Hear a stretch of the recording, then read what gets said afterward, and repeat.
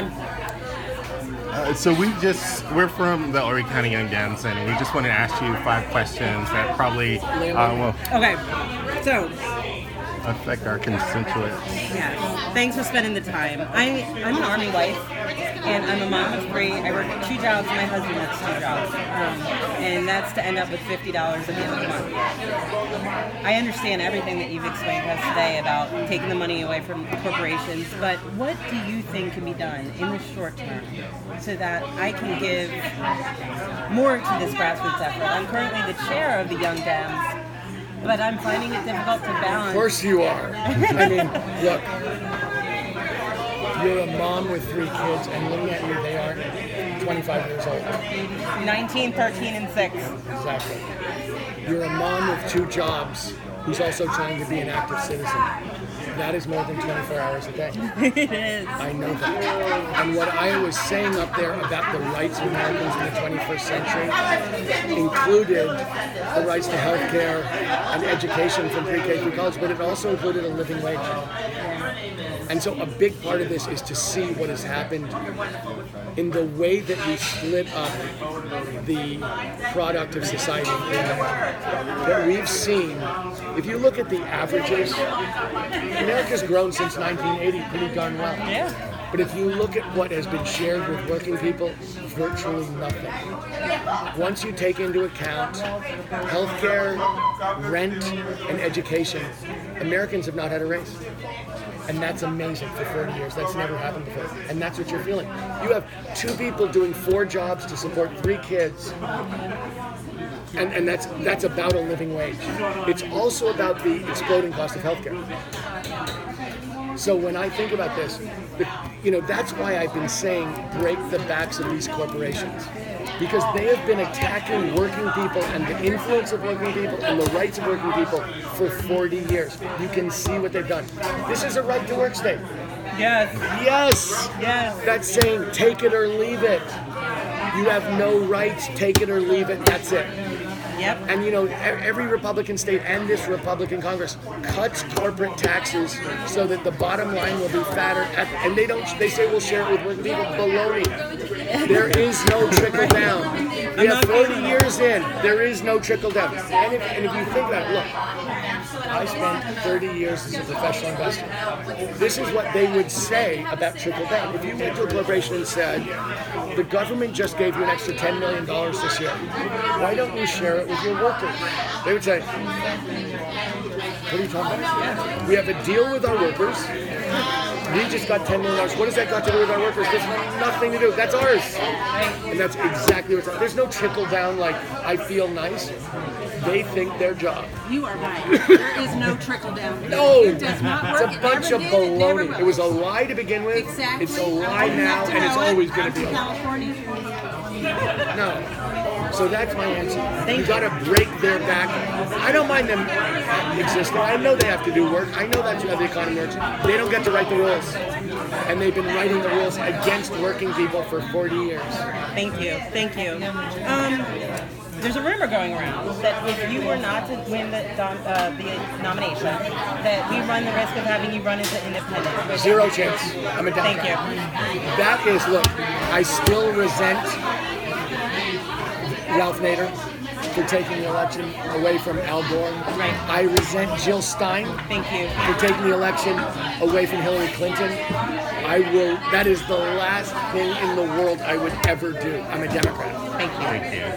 Finally, amongst what I shared with you about my life, I am also the legal guardian for my 4-year-old nephew due to my sister's 10-year struggle with opioids. Okay?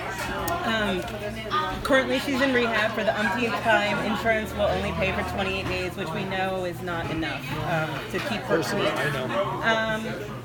I also take no responsibility from her in her own sobriety. I understand this is her fight. Out of her control. But currently, she has private insurance. Private insurance says 28 days or get Medicaid, which she doesn't qualify for. So what can we do to address opiates? So first of all, it's a complicated issue. 72 million Americans ODing on opioids every year. more than died in Vietnam, total American soldiers, in all of Vietnam. Yep.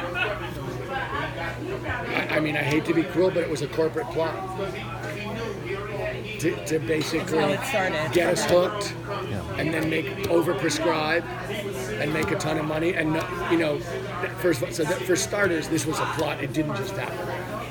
Second of all, it is a symbol of the hole in our spirit, that people would say yes to that. And everybody has a relative, a friend, somebody they're close to who's been part of this. This is a nationwide epidemic. It's a health problem. It's not about her weakness. She has a health problem that's absolutely devastating. Of course, it's devastating for her 4-year-old and for her and for her whole family. So I look at this and I say, the corporate part of this is heinous. They should be in jail. You don't get to sell hundreds of millions of dollars worth of heroin to people and addict them and walk away. You don't get to lie. Second of all, we should deal with the health problem as best we can, and I'm a believer in universal health care, so there's that. But the third thing is, this country needs a vision again of what we're trying to accomplish together. At the heart of this is this question about what the hell are we doing walking on this earth? Yeah. That is a real question for Americans today, and that is something you have to answer. It is. I have 2 more for you, sir. Go ahead, Brandon. So the first one is, once elected, in your first 100 days, those migrants are still going to be in those prisons. Like, what are you going to do to fix that problem? Obviously, we have to bring humanity back into this situation. We cannot keep, I think AOC called them concentration camps. Looking at the pictures, we're not putting people to death in gas chambers, but we're doing everything else. Yeah. What we're doing is unconscionable. Look, we still look back on the internment of Japanese Americans in the early 1940s with shame. There is no reason for us to be doing. We are not a shameful country. We're a proud country. Let's act as if we have compassion. Let's act with humanity, and especially to young kids. Are you kidding me? There's absolutely no excuse for that, and that's what brings it home to everyone. We're punishing people who are desperate and on the run, and fleeing violence and crime. Let's go back to being the country we're proud of. Awesome. And then the last one is, so I grew up in Conway, South Carolina. Where's that? It's right down the street, right now, 701. It's in Horry County. Okay. And one of the big issues right now in Horry County is climate change. Like, we've just had our second 100-year flood following the previous hurricane.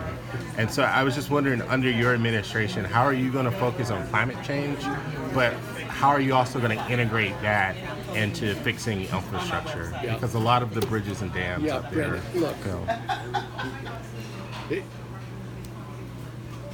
Climate change is, people keep saying it's an existential crisis, and those are fancy words, and they're bloodless, and they don't mean a damn thing to anybody.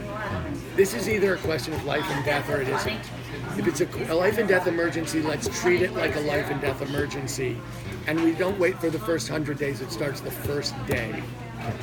The second thing I'd say is this: I don't know if you guys have read the Green New Deal, but the Green New Deal basically says we approach climate not as an issue, but as part of an approach to rebuilding the whole country.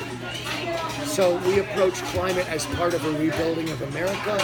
We approach climate as part of providing clean air and clean water, as part of getting a living wage for people so you can have 4 jobs for 2 people or for 3 kids. That we do it as part of a holistic change to what we're trying to accomplish in this country together. And that is the only way to think about it. It is, doing it as an issue is insane. What we have to do is, if it's an emergency, we deal with it day one, but it absolutely touches every part of our lives. And that's the way it should be. And that's why I was mocking Trump's infrastructure. Is like, doing infrastructure is not good. Smart infrastructure is good. Stupid infrastructure is a big fat waste of money that we'll regret forever. So when I think about it, it's like, how do we see the future together? That's what we're trying to create. To deal with climate, but also to deal with employment and wages, to deal with the cost of healthcare. It's one big package, but climate, is an emergency. It's, you know, this is not like what it is now is where we're going. This is going to look good. And, you know, there are people lying for money and putting every South Carolinian at risk so they can get reelected or so their bottom line can be bigger. Lindsey That's what Graham. I'm fighting. Yes, that's why I called him an SOB. He is an SOB. Thank you so much. Deal. Nice to meet Thanks for your time. Good luck. you. Good luck to you, my dear. Thank you. I'll be Seriously. fine. I'll be fine. Thank you. Thank you.